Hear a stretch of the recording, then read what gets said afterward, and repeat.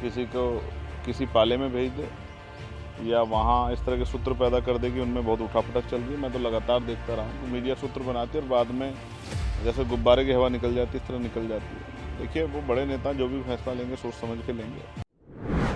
क्या पूरा आप लोगों के संज्ञान में आया है मामला और क्या आप? देखिए, सम्राट मिहिर भोजी के सम्मान में एक पंचायत का आयोजन किया गया था, जिस पंचायत को परमिशन नहीं दी गई। हालांकि मैंने कहा ना कि कानून विपक्ष के लिए ही है, सरकार के लोग अगर कुछ करते तो परमिशन की जरूरत नहीं होती। मैंने तो चुनाव के समय में बड़ी बड़ी पंचायतें होती देखी हैं, आचार संहिता लगी हुई थी, लेकिन नहीं हुई पंचायत। और हमारे पार्टी के राष्ट्रीय महासचिव हैं भाई रविंद्र कुमार भाटी जी, जो हमारा बहुत बड़ा फेस है, हमारे बड़े नेता हैं, उनको पुलिस ने सरकार के इशारे पर जेल में बंद कर दिया, उनको और उनके साथियों को, जिसमें उनके 2 दर्जन से ज़्यादा साथी हैं।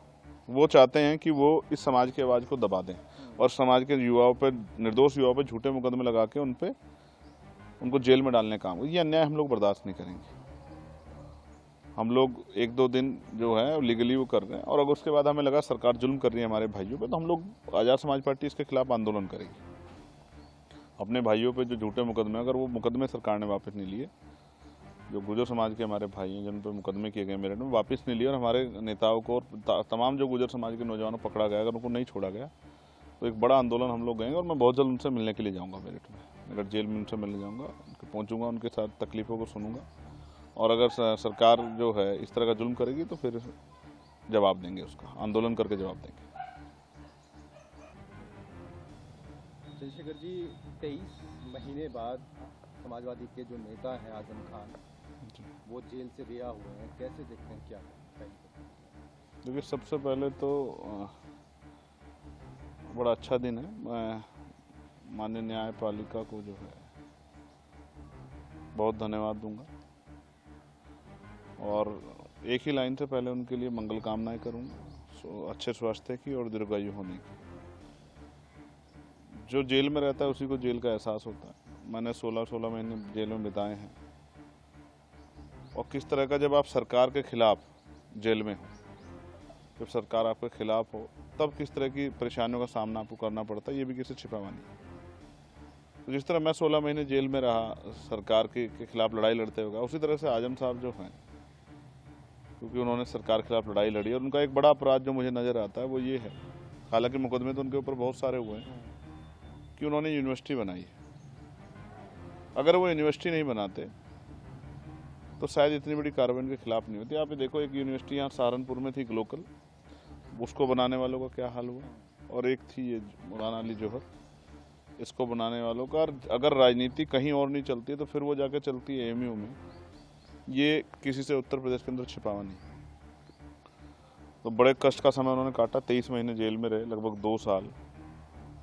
बहुत सारे ऐसे भी लोग हैं जो अभी जेलों में हैं, दिल्ली में बहुत से, उमर खालिद से लेकर सब लोग जेल में हैं। तो ये जो समय था, उनकी पत्नी ने जेल, बीमार होते जेल काटी, उनके बेटे ने जेल काटी, बड़े तकलीफ का समय था। उनसे मेरे राजनीतिक रिश्ते नहीं, पारिवारिक रिश्ते हैं। वो हमेशा मेरे दुख में, सुख में, मेरी लड़ाई में उन्होंने साथ दिया, और मैं भी लगातार जेल में, चाहे अब्दुल्ला से मिला हूँ या आजम साहब से मिला हूँ,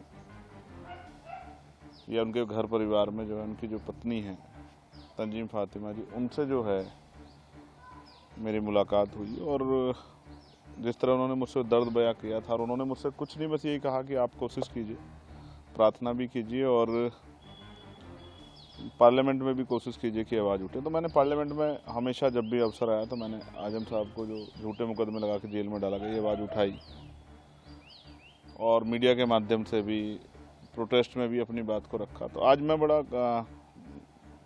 अपने आप को खुशी के पल महसूस कर रहा हूँ कि एक हमारे साथी जो बड़े सीनियर नेता हैं उत्तर प्रदेश के, आज वो जेल से बाहर आ गए और अपने परिवार के बीच में पहुँचे हैं।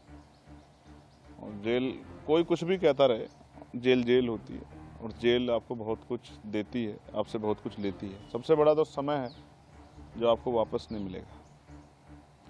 इस बीच में कितने ऐसे लोग होंगे जो उनसे जुड़े हुए, जिनके साथ तकलीफ़ें हुई होंगी, कुछ लोग की जान गई होगी, बहुत सारी खुशियाँ होंगी, लेकिन वो अपने परिवार से दूर थे। कहीं ईद भी बिना उसके बीती होंगी, कहीं और भी आयोजन बिना उसके हुए होंगे।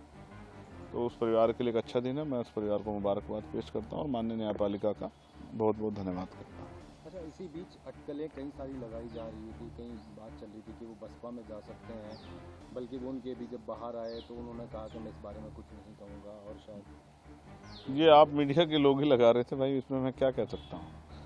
ये तो सूत्रों का जो काम है ये मीडिया के हवाले से है, और मीडिया चाहे किसी को किसी पाले में भेज दे या वहाँ इस तरह के सूत्र पैदा कर दे कि उनमें बहुत उठापटक चल रही है। मैं तो लगातार देखता रहा हूँ कि मीडिया सूत्र बनाती है और बाद में जैसे गुब्बारे की हवा निकल जाती है इस तरह निकल जाती है। देखिए, वो बड़े नेता जो भी फैसला लेंगे सोच समझ के लेंगे, और मैं समझता हूँ कि ये उनके परिवार का फैसला है, राजनीतिक फैसला भी, और भविष्य में किस तरह की उनकी वो, ये उनको निर्णय लेना है। मेरे उनसे राजनीतिक रिश्ते नहीं, पारिवारिक रिश्ते हैं, वो हमेशा रहेंगे। वो कहीं रहें, किसी दल में रहें, किसी परिस्थिति में रहें, जब भी उनके ऊपर कोई आंख उठेगी तो मैं अपनी लड़ाई, मैं भाई होने के नाते अपनी लड़ाई को लड़ूंगा, उनके लिए खड़ा हूँगा। अखिलेश यादव जी कह रहे हैं कि मैं जो है अदालत का भी शुक्रिया अदा करता हूं, और भाजपा को कहना चाहता हूं कि आगे से कोई झूठा मुकदमा दर्ज नहीं किया जाए और ये अन्याय होगा। ठीक है, अच्छी बात है भाई, आज वो उनकी पार्टी का हिस्सा है, उनको बोलना चाहिए। लगातार लोग भी मांग करते रहे कि वो बोलें, तो ठीक है, इसमें कोई बुराई नहीं है। मैं भी कहूँगा कि भारतीय जनता पार्टी को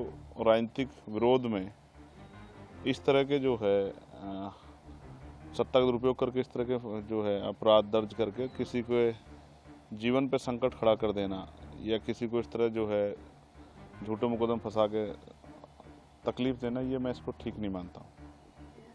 उत्तर प्रदेश में जातिगत, आप एक बड़े चेहरा हैं, अब उस हिसाब से देखा जाए तो जातिगत भेदभाव को ख़त्म करने के लिए इलाहाबाद हाई कोर्ट ने एक आदेश दिया था, जिसका जो है मुख्य सचिव ने ये एक निर्देश जारी किया है कि अब जो है जाति का उल्लेख नहीं किया जाएगा सार्वजनिक स्थान पर। कैसे? तो आपको क्या लगता है, क्या ये समाधान है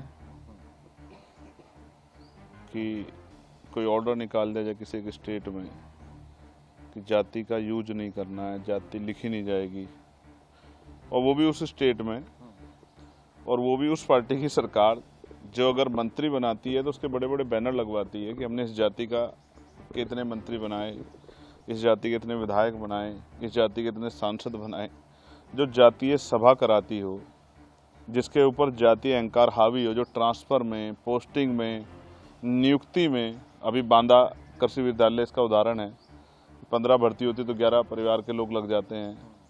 लखीमपुर खीरी इसका उदाहरण है। तो और भी ऐसे बहुत सारे उदाहरण हैं जहां कार्यवाहक डीजीपी तब तक रहता है जब तक जो है अपने चहीते नहीं आ जाते। सब सामने है कि ये सरकार कितनी जो है जातिहीन समाज की बात करती है। मैं स्पष्ट रूप से कहना चाहता हूँ, बाबा साहब अम्बेडकर ने जातिहीन समाज की, मैं क्योंकि उसका प्रबल समर्थक हूँ भाई, बाबा साहब अम्बेडकर हों, राष्ट्रपिता ज्योतिबा फूले हों, छत्रपति साहू जी महाराज हों, महामना रामस्वरूप वर्मा चौधरी महाराज सिंह भारती हों, बाबू जगदेव प्रसाद कुशवाहा, और एक बहुत अहम जो किरदार है संतराम बी प्रजापति जी, उन सब ने जातिहीन समाज की बात की। और बाबा साहब अम्बेडकर ने तो अपनी किताब एलिनेशन ऑफ कास्ट में ये लिखा है कि अंतरजातीय विवाह इसका बहुत आसान रास्ता है। देखिए, कानून जो बनते हैं वो सत्ता के लिए नहीं बनते हैं, वो विपक्ष के लिए बनते हैं। मैं समझता हूँ पिछले 10-12 साल के हमारे प्रयासों से आज दलित पिछड़े वर्ग में एक बड़ी चेतना पैदा हुई है। आज हर जाति अपना नेता चुन रही है। पहले वो किसी भी टाइटल, किसी भी राजनीतिक नाम के आधार पर वोट करती थी, अब वो देखती है कि हमें क्या मिल रहा है।